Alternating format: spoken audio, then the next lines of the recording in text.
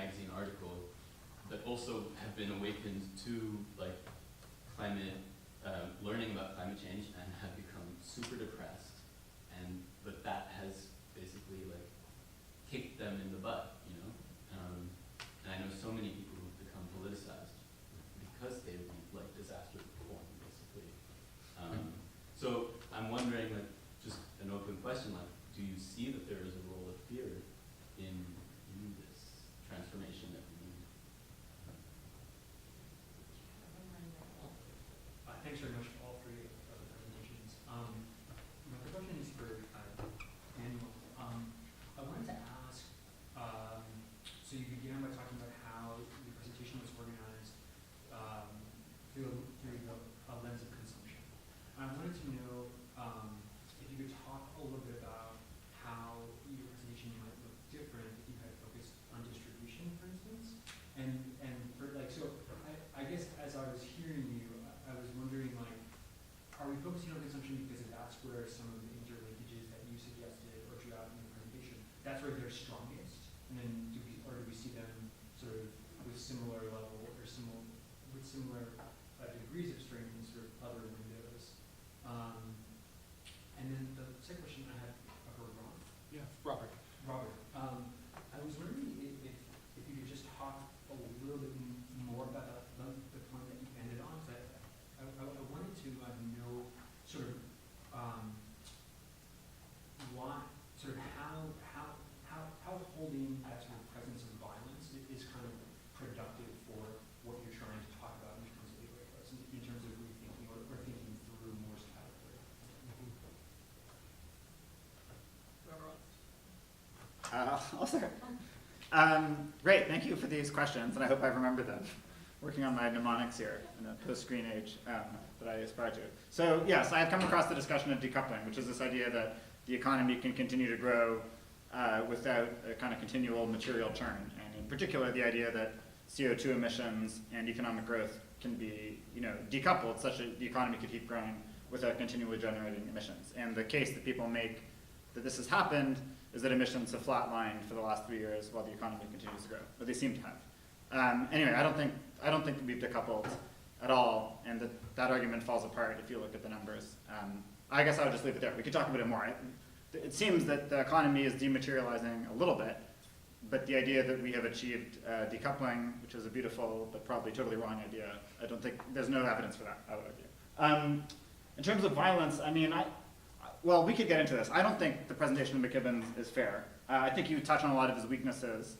I think if you look at other articles, he identifies the enemy as being like fossil fuel capitalists, but I mean, we could get into it. But I think my point, I guess, in terms of the Jacobin piece and fear is like, there is a debate about whether or not fear motivates people, and the social psychology suggests for many people no, for some people yes, I don't know. But to me, I think the important point, and here I think we'd probably agree, is that the idea of like ecological collapse net of any social factors, so we go into 2150 and say, here are all the worst things that could happen and everybody's dead, is actually not what we should be afraid of.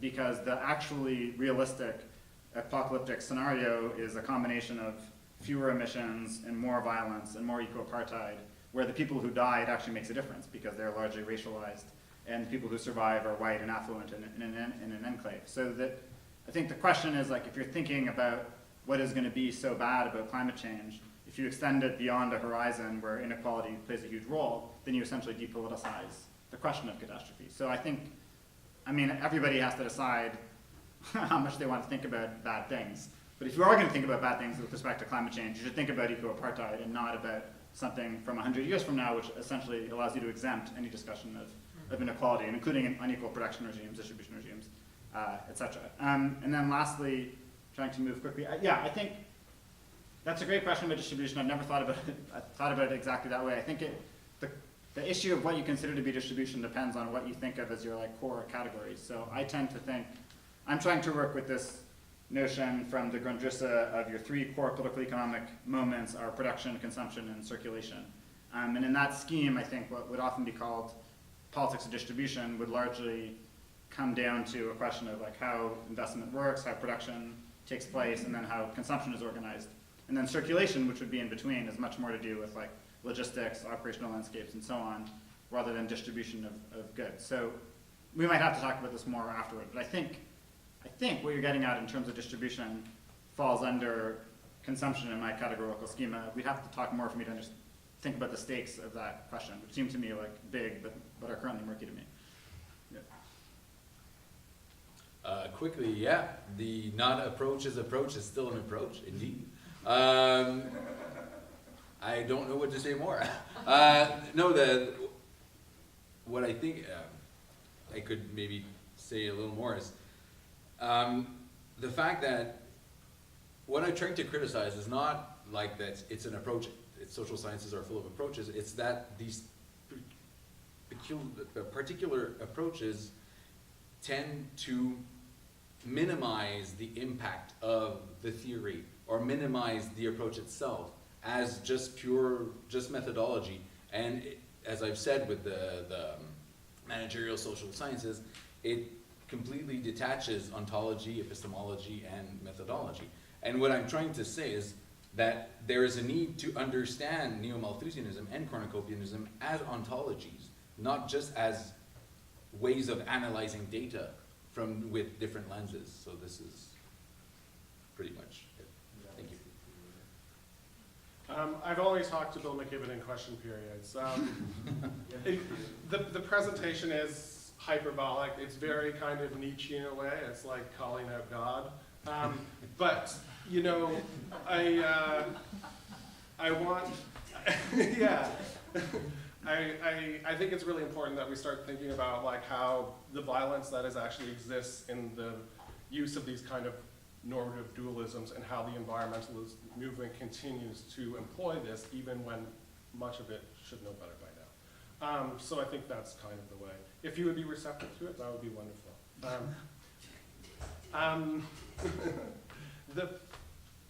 The fear, I think the fear can be productive. And I work with some environmental organizations in Toronto, and I'm always amazed at how many people are in therapy for this very reason. Like, it shuts them down from being able to do work and do a lot of, like, this is just crippling for them because this is their daily lives. They don't walk away from it. They're at doorsteps every day talking to people and trying to work through that depression.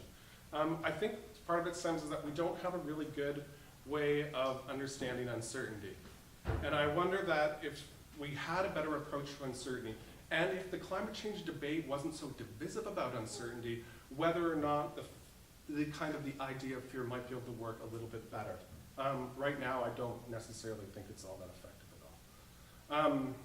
The question on violence, I think this is like highly specific, and I'm kind of mostly just borrowing from Haraway here, when she's kind of calls out the kind of environmentalists that kind of think that they can purify their lives, that they could be, that making ethical consumptions is going to eliminate violence from their lives. Not that one choice is always a negotiation of violence, like where I get my, instead of eating meat, I'm getting avocados, or I'm using palm oil, or I'm doing something like this. But to stop taking this kind of categorical moral high ground and start understanding that we actually have to address that these situations are violent in different ways, and we have to have a way of talking about that violence and addressing it instead of just repressing it or displacing it into different places. So I don't think that really helps answer your question, but yeah. Does it? I don't know.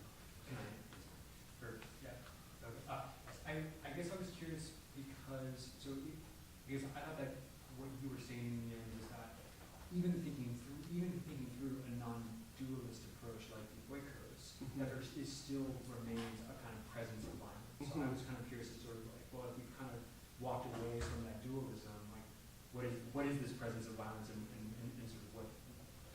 Yeah, I think that's the idea is that the dualism isn't going to save you from it, right? It's good like that the dualism should actually reestablish that into the discourse. Like it should remain synthetic. It shouldn't be exclusionary. So, yeah. We have time for like one more. Just to maybe pin this McKibben thing down a little more tightly. The problem I see with it is that, and you implicitly said this, that if his program were to be fully implemented, it would mean a super recharged capitalist state with tremendously greater powers than it already has. And we already saw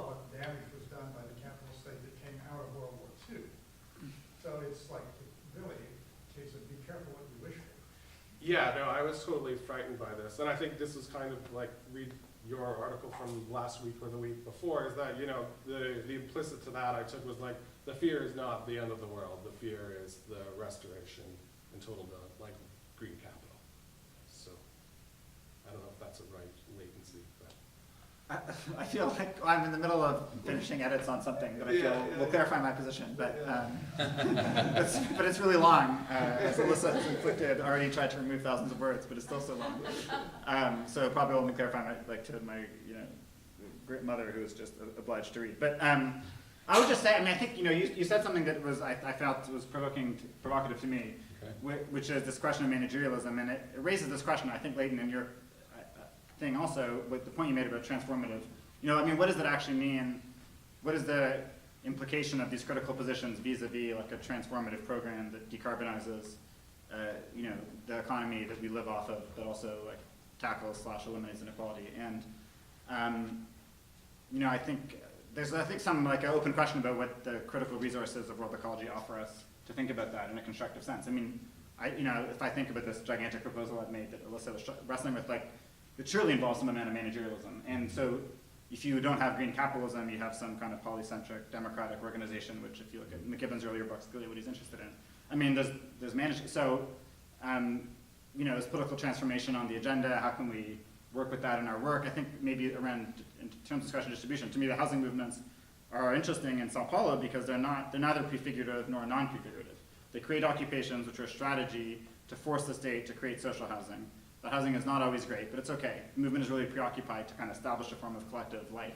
But it also doesn't kill itself over like every single meeting being 100% what occupiers would have wanted or something like that. So, but it's a struggle for something. It's not an attack on inequality so much as a struggle for a better way to live in the city. And I wonder, that kind of productive, like struggling for something, which we can tie into some broader transformative agenda, I think maybe we lack some of the theoretical resources to develop that. To me, the World Ecology Program is consistent with this, but I don't know. It seems to me like we're all stumbling around what we might be for. I think we're out of time. That's eloquent. So thanks very much.